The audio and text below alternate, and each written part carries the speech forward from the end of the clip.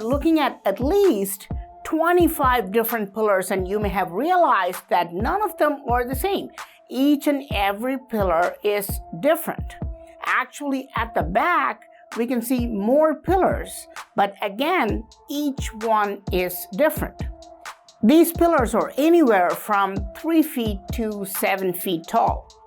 Here's a fabulous pillar which looks like a long geared shaft. Imagine what kind of machining technique and mechanism would have been needed to make this.